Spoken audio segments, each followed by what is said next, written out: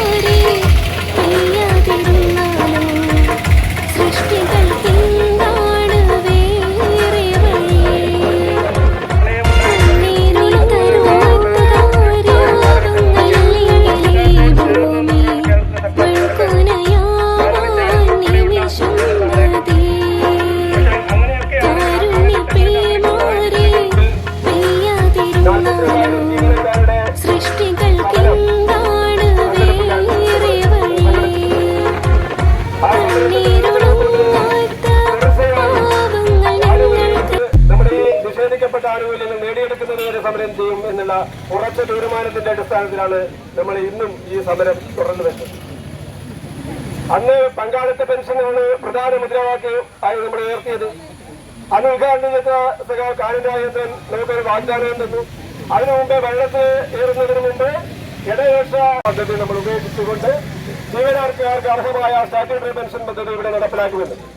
എന്നാൽ ഭരണത്തിൽ കയറിയ ശേഷം ജീവനക്കാരൻ ഈ ഭരണത്തിന്റെ ഭാഗമല്ല എന്നുള്ള രീതിയിലുള്ള ഒരു നിലപാടാണ് സർക്കാർ സ്വീകരിക്കുന്നത്.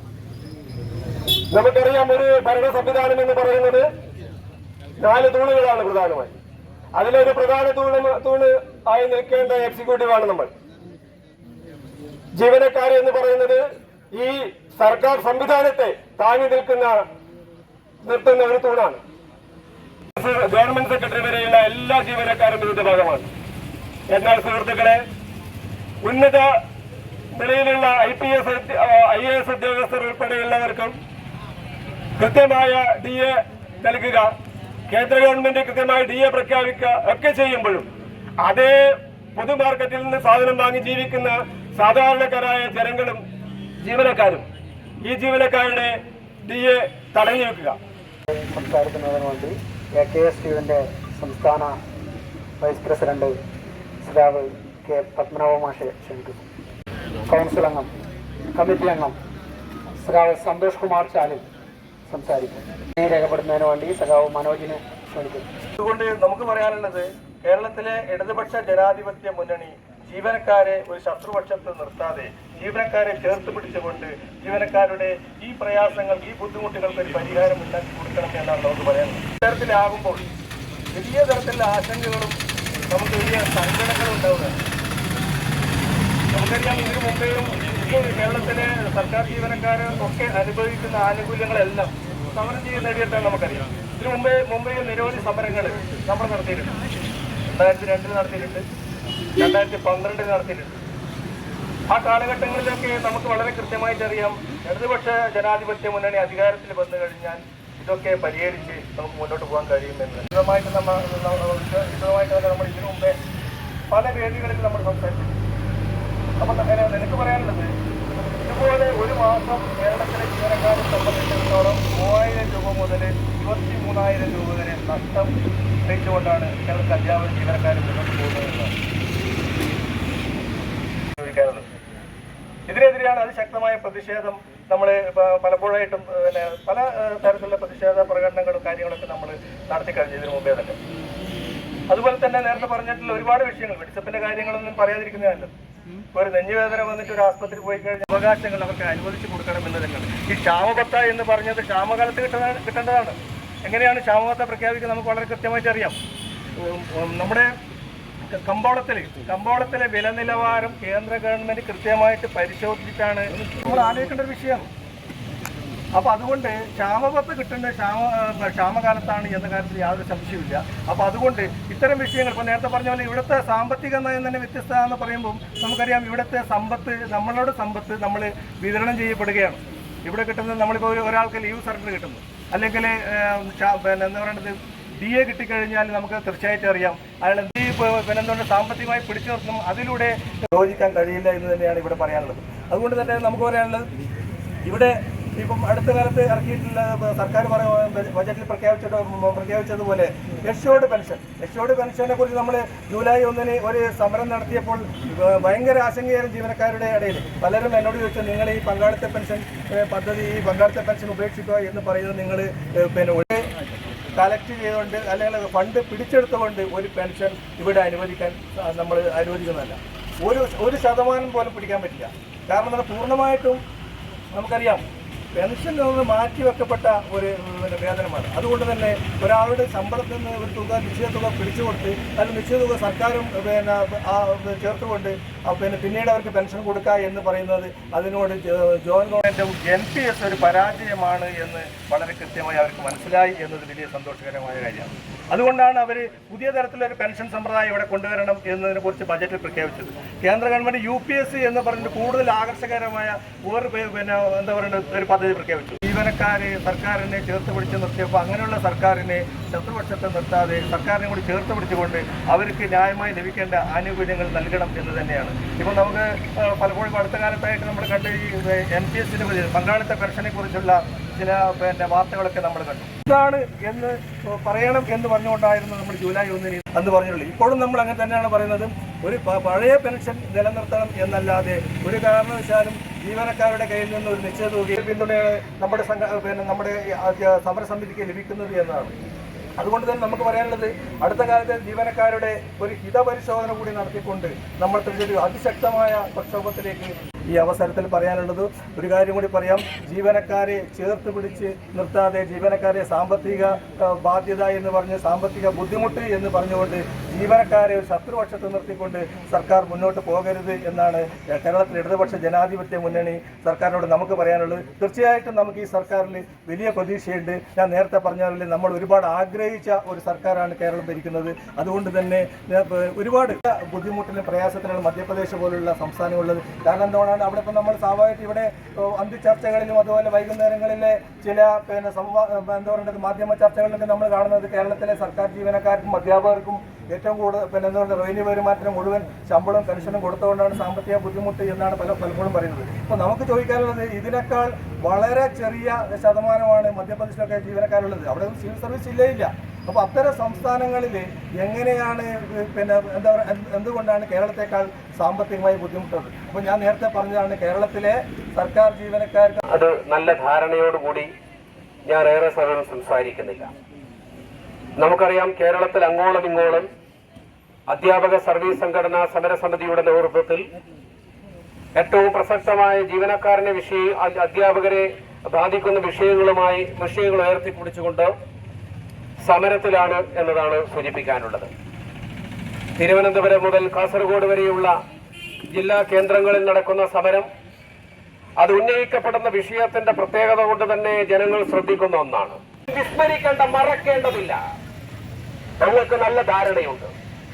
ആ ധാരണയുടെ അടിസ്ഥാനത്തിൽ പറയട്ടെ, കേരളത്തിൽ ഇടതുപക്ഷ ജനാധിപത്യ മുന്നണി ഗവൺമെന്റ് ഇന്ന് നടപ്പിലാക്കുന്ന എല്ലാ പല പദ്ധതികളെയും ഞങ്ങൾ കൂടെ നിർത്തുകയാണ്.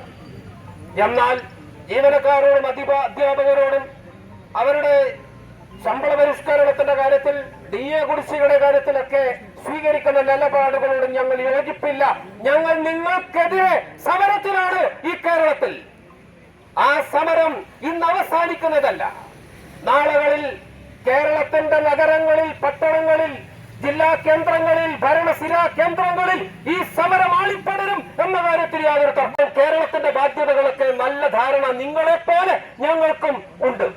സഖാവ് നരേഷ് പ്രസംഗിക്കുമ്പോൾ പറഞ്ഞു, 3-4 പത്രം വായിക്കുന്നവരാണ് കേരളത്തിലെ ജീവനക്കാരും അധ്യാപകരും. ഞങ്ങൾ മൊബൈല് ഏറ്റവും അപ്ഡേറ്റഡ് വേർഷൻ കയ്യിലുള്ളവരാണ്. എല്ലാ കാര്യങ്ങളും ഒന്നൊന്ന് അതത് നിമിഷത്തിൽ അറിയുന്നവരാണ് ഞങ്ങൾ. കേരളത്തിലെ ഭരണസിരാ കേന്ദ്രത്തിൽ എന്തൊക്കെ നടക്കുന്നുണ്ടെന്ന് നിങ്ങളെപ്പോലെ അല്ലെങ്കിൽ നിങ്ങളെക്കാൾ അപ്പുറത്ത് ഞങ്ങൾക്കറിയാം. ഏറ്റവും പുതിയ കാര്യങ്ങൾ പോലും വേറെ പറയാൻ ആഗ്രഹിക്കുന്നില്ല. പിരിഞ്ഞ IAS ഉദ്യോഗസ്ഥരെ, IPS ഉദ്യോഗസ്ഥരെ ലക്ഷക്കണക്കിന് ശമ്പളം കൊടുത്ത് വീണ്ടും സംരക്ഷിക്കുന്നത്, മുന്നോട്ട് കൊണ്ടുപോകുന്നത് എന്തിനാണെന്ന് പറയേണ്ട. അത്തരം ചെലവുകൾ വഹിക്കാൻ യാതൊരു പ്രയാസവുമില്ല. പുതിയ സാമ്പത്തിക പ്രതിസന്ധി ഞങ്ങൾക്ക് നന്നായി അറിയാം. ആ സാമ്പത്തിക പ്രതിസന്ധി പറയുമ്പോൾ 10 കോടിക്ക് മേൽ അത് നിജപ്പെടുത്താൻ പ്രത്യേക ധനകാര്യ വിഭാഗത്തെ ചുമതലപ്പെടുത്തുന്നുവെന്നും നല്ല ധാരണ ഞങ്ങൾക്കുമുണ്ട്. അപ്പോഴും എന്തേ ഇത്തരം ബാധ്യതകൾ വീണ്ടും വരുത്തി വെക്കുന്നു? നമ്മൾ അറിയുന്ന ഒരുപാട് ചെലവുകൾ അന്യായം നഷ്ടം വരുന്നുണ്ട്.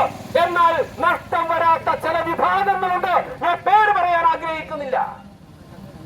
7 ദിവസത്തെ ശമ്പളം നമ്മൾ എന്നും മടിച്ചില്ലല്ലോ.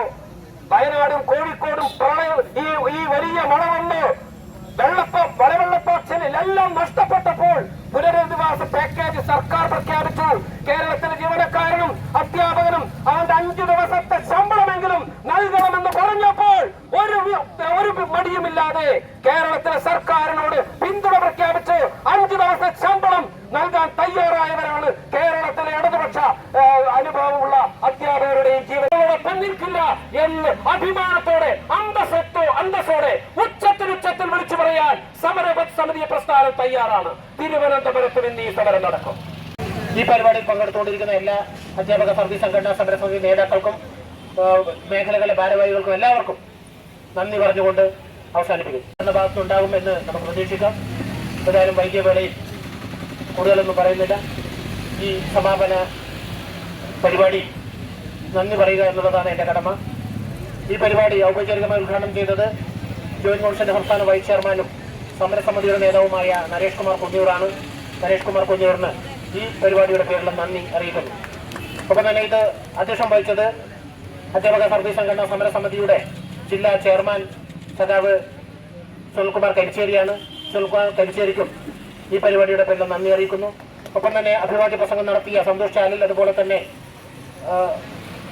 ജീവനക്കാരെയും അധ്യാപകരെയും ബാധിക്കുന്ന പ്രധാനപ്പെട്ട 6 മുദ്രാവാക്യങ്ങൾ ഉയർത്തിപ്പിടിച്ചുകൊണ്ടാണ് ഇന്ന് ജില്ലാ കേന്ദ്രങ്ങളിലേക്കും അതുപോലെ തന്നെ സെക്രട്ടേറിയറ്റിലേക്കും ധർണാ സമരം സംഘടിപ്പിച്ചിരിക്കുന്നത്.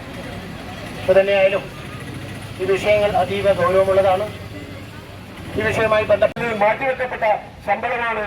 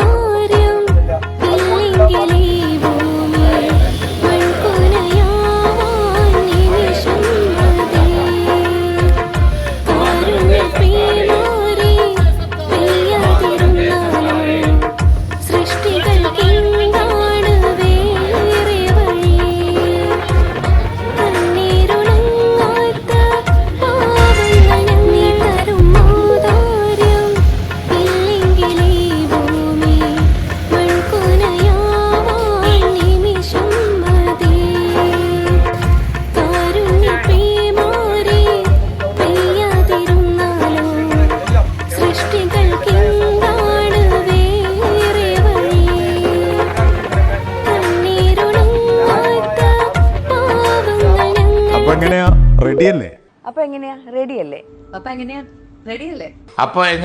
റെഡിയല്ലേ?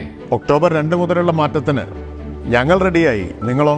ആരെങ്കിലും വേസ്റ്റ് എറിയുന്ന ഫോട്ടോ എടുത്ത് നിങ്ങൾ നൽകിയാൽ നിങ്ങളുടെ പോക്കറ്റിലേക്ക് 2500 രൂപ വരും. അതായത് ആരെങ്കിലും പൊതുസ്ഥലത്ത് മാലിന്യം തള്ളുന്നത് കണ്ടാൽ അത് ഫോട്ടോ എടുത്തോ വീഡിയോ എടുത്തോ നൽകിയാൽ തദ്ദേശ വകുപ്പ് 2500 രൂപ പാരിതോഷികമായി നിങ്ങൾക്ക് നൽകും. ഇത് സംബന്ധിച്ച് തദ്ദേശ വകുപ്പ് അഡീഷണൽ സെക്രട്ടറിയാണ് ഉത്തരവ് പുറപ്പെടുവിച്ചിട്ടുള്ളത്. മാലിന്യം തള്ളുന്ന ഫോട്ടോകളോ വീഡിയോകളോ തദ്ദേശ സ്ഥാപനങ്ങളിലെ സെക്രട്ടറിമാർക്കാണ് അയച്ചു കൊടുക്കേണ്ടത്. മാലിന്യം വലിച്ചെറിയുന്നവരിൽ നിന്ന് ഈടാക്കുന്ന പിഴയുടെ 25%മോ 2500 രൂപയോ ആയിരിക്കും ഇങ്ങനെ ലഭ്യമാവുക. പരാതി നൽകി 30 ദിവസത്തിനുള്ളിൽ പിഴ ഈടാക്കി വിവരം നൽകിയ വ്യക്തിയുടെ അക്കൗണ്ടിലേക്ക് പണമെത്തും. ഇത്തരത്തിൽ തെളിവോടെ പരാതി ലഭിച്ചാൽ 7 ദിവസത്തിനുള്ളിൽ തീർപ്പാക്കണമെന്നാണ് നിർദ്ദേശം. ഫോട്ടോ സഹിതം പരാതി നൽകുന്നവരുടെ പേരും വിവരങ്ങളും യാതൊരു കാരണവശാലും പുറത്തുവിടരുതെന്ന് ഉത്തരവിൽ പറയുന്നുണ്ട്. ഈ ഒരു നടപടിയിലൂടെയെങ്കിലും പൊതുസ്ഥലത്ത് മാലിന്യം തള്ളുന്ന പരിപാടി കുറയ്ക്കുമെന്ന് പ്രതീക്ഷിക്കാമല്ലേ.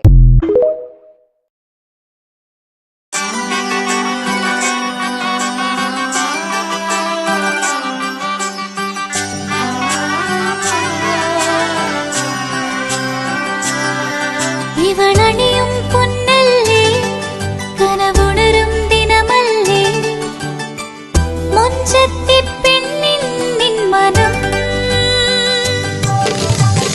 പെണ്ണഴകിനു മിഴിവേകി എന്നെന്നും നിന്നില്ലേ മാറ്റേറും പൊന്നിൻ താരമേ.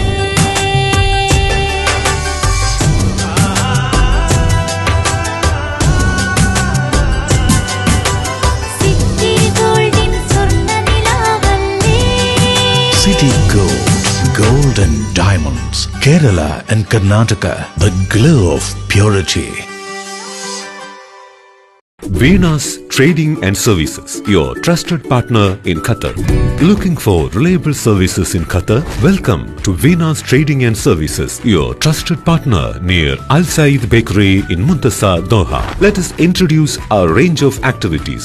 At Venus Trading and Services, we offer certificates attestation in India and Qatar, legal translation in several languages, police clearance certificates, data flow and Prometric, company formation, health card services. Our experienced team ensures smooth and hassle-free processes. Choose Venus Trading and Services as your trusted partner in Qatar. Contact us today 55488910. Venus Trading and Services near Al Said Bakery in Muntasa, Doha. Partner with Al Farha Tours and Service. ലക്ഷ്യം മികച്ച ജോലിയാണെങ്കിൽ പഠിക്കാം റൂട്രോണിക്സിന്റെ government അംഗീകൃത കോഴ്സുകൾ. കേരളത്തിലുടനീളമുള്ള അംഗീകൃത പഠന കേന്ദ്രങ്ങൾ വഴി SSLC, +2, diploma, degree പഠനം പൂർത്തിയാക്കിയവർക്ക് ഇപ്പോൾ അപേക്ഷിക്കാം. SC/ST വിദ്യാർത്ഥികൾക്ക് 100% സൗജന്യവും ഒപ്പം മറ്റ് വിഭാഗങ്ങൾക്ക് നിബന്ധനകളോടെ 20% വരെ ഫീസ് ഇളവിലും പഠിക്കാൻ അവസരം. PSC നിയമനങ്ങൾക്ക് യോഗ്യമായ ഗവൺമെന്റ് അംഗീകൃത കോഴ്സുകൾ കൂടാതെ റൂട്രോണിക് സർട്ടിഫൈഡ് കോഴ്സുകളും തിരഞ്ഞെടുക്കാം. കമ്പ്യൂട്ടർ പരിജ്ഞാനം നേടാം, ജോലി സാധ്യതകൾ കൂടുതൽ ഉറപ്പുള്ളതാക്കാം. കേരള സ്റ്റേറ്റ് റൂട്രോണിക്സിലൂടെ സുരക്ഷിതമായ ഭാവിക്ക് ഉറപ്പുള്ള അടിത്തറ. വിളിക്കൂ 9072-767-005 or visit www.eduskilling.com.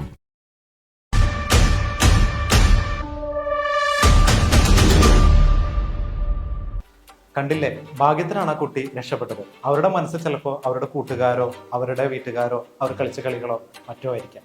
അവർക്ക് ട്രാഫിക് നിയമങ്ങളൊന്നും തന്നെ അറിയണമെന്നില്ല. കുട്ടികളെ, നിങ്ങൾ ഒരു കാര്യം ശ്രദ്ധിക്കുക.